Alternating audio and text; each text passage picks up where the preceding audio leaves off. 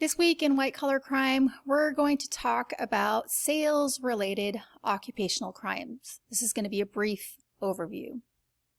So let's start first with employee theft in retail settings. There are several crimes that can be considered employee theft, including overcharging, which is where employees charge customers more than they should have; shortchanging, where employees do not give customers all of their change and pocket the difference; coupon stuffing, where employees steal coupons and use them later; credits for non-existent returns, where employees give credit for returns to collaborators; theft of production supplies and raw materials, where employees steal items and use them to produce goods in retail settings; embezzlement, where they steal money from an account to which they have access; over-ordering supplies, where employees order more supplies than are needed and they keep the supplies that were not needed. Theft of credit card information includes stealing credit card information. Theft of goods, just stealing goods from their workplace, or theft of money from the cash register. Then there are sweetheart deals, where employees give friends and family members unauthorized discounts.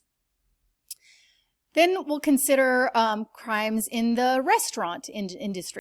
Crimes in the restaurant industry include crimes by the restaurant against consumers and crimes by workers against the restaurant.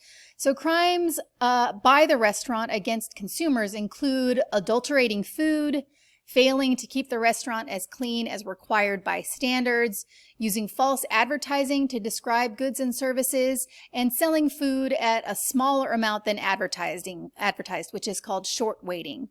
Crimes by workers against the restaurant are similar to the retail crimes that we just talked about. The most common offenses in the restaurant industry include eating the restaurant's food without paying for it, giving food or beverages away, selling food at a lower price than it was supposed to be sold for, and taking items for personal use. Next up are home repair fraud. The most common types of home repair fraud are believed to be roof repair, asphalt paving or driving ceiling fraud, house painting fraud, termite and pest control fraud, and tree pruning or landscaping fraud. Any type of home repair fraud exists when contractors or repair persons rip off individuals for various types of repairs. Next up are crimes in the insurance industry.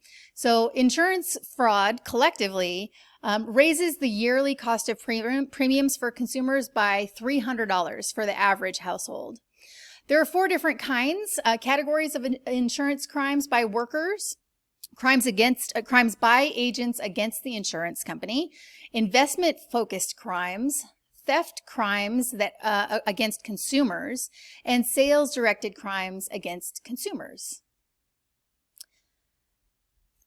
Auto repair fraud includes all kinds of things like billing for services not provided, unnecessary repairs, airbag fraud, insurance fraud, anything to do with auto repair fraud. That's it for the sales-related fraud types. We'll catch you next week.